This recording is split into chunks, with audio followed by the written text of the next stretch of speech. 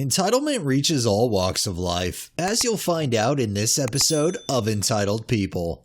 Our first one is from Hungry Ad 7627. People stealing plane seats and getting told off for it are some of my favorite stories on Reddit. With the increase of plane seat bandits, most likely due to airlines almost making it a requirement to pay for seats if you want to sit next to your plane partner, I've been half expecting to run into one since me and my husband travel a lot for work. Well, it finally happened and it was fun. Me and my husband always buy plane seats towards the back of the plane. As we stroll down, we see a lady with a young son, maybe 11 or 12, sitting in our seats. They were both deep in their phones when I told her she was in our seats. We had to wake up at 3 o'clock to drive to the airport, and we didn't really sleep, so I was not in the mood for bullshit. She smiles and tells us that they weren't seated together, so the stewardess told her they could sit here. She most definitely didn't. I smile back and say we paid for these seats, so we would like to sit there. She keeps smiling her stiff smile and points to other empty seats behind us and asks if we wouldn't mind sitting in one of them since they're already settled and comfortable. Why would it even matter? Well, I said, yes, the plane is still boarding, so these might all be reserved and it really messes with the system if people sit in random seats. She's starting to lose her smile and says if there aren't seats available after the plane is finished boarding, then they would move. I am not confrontational, and am usually a people pleaser, so I'm struggling to stand up for myself, but I'm so proud for doing it anyways. Meanwhile, my husband is struggling between boarding passengers to get the flight attendant. I sigh and, with half a smile, say, I'm sorry, but I just want to sit down and not stand in the hallway blocking people to see if maybe there are empty seats when I paid for our seats. And besides, I would like the police to be able to identify our bodies by seat number in case the plane crashes and our families want to bury our remains. The kid's face, which has been glued to his phone this entire time, shoots up in shock, and he looks between me and his mom. It was delicious. She had a bewildered look on her face. There's silence for 5 seconds before she packs up her stuff and pokes her son to move. I keep smiling sweetly and thank her and plump myself down as my husband returns with a flight attendant. I tell her everything is fine and tell my husband what happened.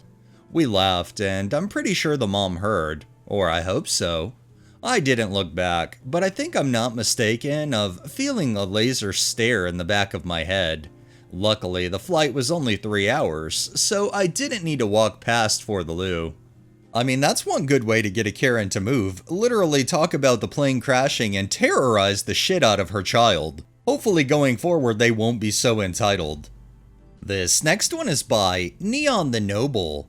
This happened a number of years ago, and I still think about it.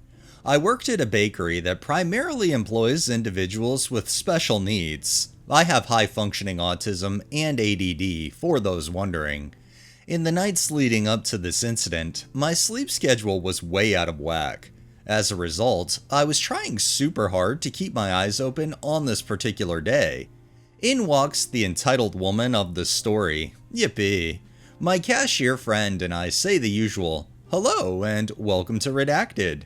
She was at least kind enough to return our greeting. As she browses through the selection of desserts, I used this opportunity to put my head down, as she wasn't looking at me or asking me any questions. It seemed like a good idea at the time. Well, it wasn't. I suddenly experienced tunnel vision, and then I was on my back.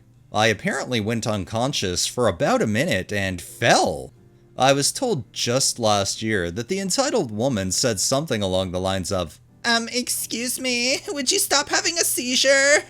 Luckily, the cashier yelled to both of my bosses, yes, there were two, that I had passed out. One of my bosses rushed to my aid, while the other went over to talk to the entitled woman. I don't remember anything about what the conversation between the two was, as I was still shaken up by the whole ordeal, but I'm pretty sure the entitled woman was told to leave and not return. Thank you for reading all the way through if you have. I figured my experience fit this subreddit well enough.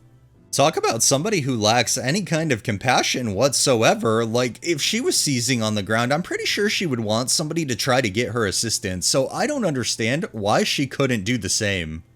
And our final one is from Softest Lil Bab. So this happened a while back, when I was still a minor on a short flight. I, at the time, 16 female, was seated from the row of the plane in the window seat.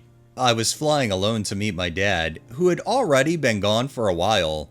My dad had kindly booked the seat in the middle seat as blocked, so I didn't have to sit next to another person. This man sits in the aisle seat, across the row from me, and I politely greet him. I'm not American, and it's rather normal here to make polite and friendly conversation with people you're sitting next to on flights. So cue some harmless small talk about our destination and what we are there for, etc. This is when things start to get slightly weird. We're now fully boarded, and this grown man looks at me and says, "Well, I'm so glad nobody came and sat between us," in a weird tone that made me uncomfortable. I quietly place my laptop under the seat and awkwardly point out that my dad blocked the seat so that I would not have to sit next to strangers, as I am a minor. He attempts to move to the middle seat, and I politely tell him not to, and that I would prefer my space. Once we've taken off, I resume working on an essay for school, and he continues trying to talk to me, getting more and more frustrated as I reply blandly and without much interest. Eventually, he asks me if he can have my phone number. I decline, remind him that I am a minor and he is a good 10 years older than me. He starts to ask for my social medias, trying to look over at my phone for them. He's getting angry and asking me what my big deal is. I should just give them to him. I'm attractive and it's a compliment. I look at him and bluntly state that him trying to have a romantic relationship with a minor is illegal. And he proceeds to say no, it's not, and he can take care of me, and I should just give him one of my social medias so he could date me, etc. I again tell him no, and he's very frustrated in his seat once again, trying to move to the middle, but I again remind him not to. My final straw is him handing me his phone and telling me to type the name of my school into it so he can find me. Firmly decline again. I've been firm for a good 15 to 20 minutes of this flight, and he still believes he is entitled to knowing my details, and I am being rude. I get up to walk to two flight attendants rolling a cart down the aisle, shaking, and tell them what's going on. The male flight attendants go over and speak to the captain sitting in the jump seat before he goes and kneels next to the man in the aisle and speaks to him. Though majorly disgruntled, the man stops talking to me, but not without dirty looks. Last bit of my flight I spend with my headphones in securely and writing an essay. The kicker? This man had been bragging about the fact that he was an engineer who was returning from winning Engineering Team of the Year, and his boss? Sitting 2 seats away watching this entire encounter. What in the world? Anyway, men are not entitled to women and their details, especially not minors. Sadly, men in this country tend to treat women with great disrespect and very little care for their anatomy and consent. Edit. Before anyone else assumes this is rage bait or something from ChatGPT, I'm sorry I explained things in a more professional way. This is an actual story that I put out to highlight the way people can be treated, and it can be done in front of their own authority figures without repercussions. I hope you all have the best day, and please remember to be kind to people who are simply trying to share their story and hopefully highlight the truly disgusting ways people are capable of treating each other. I really don't know what's worse, the fact that the OP told this guy that she was a minor and he continued anyway, or the fact that he continued to do all of that shit in front of his boss. It just really makes you wonder if his boss condones that kind of behavior as well. But good on the OP for staying firm and not giving in to that entitled creep.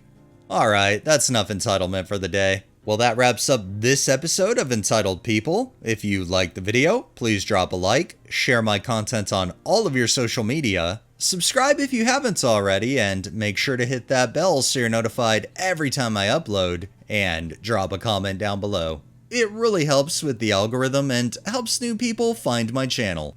Thanks for watching. Thanks to my patrons and super thanks contributors. Have a great day and stay safe out there.